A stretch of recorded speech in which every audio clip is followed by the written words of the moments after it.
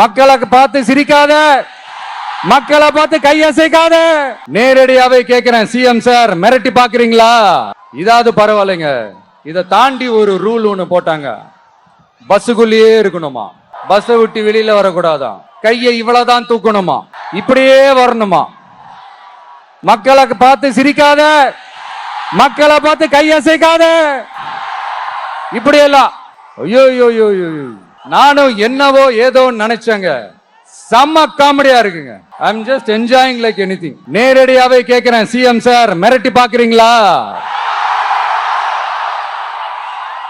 அதுக்கு இந்த விஜய் ஆள் இல்ல சார், அதுக்கு நாம ஆள் இல்ல சார்.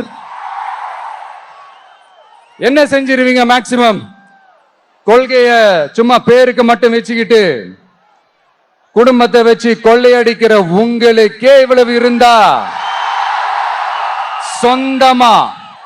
சொந்தமா உழைச்சி சம்பாதிச்ச எனக்கு எவ்வளவு இருக்கும்?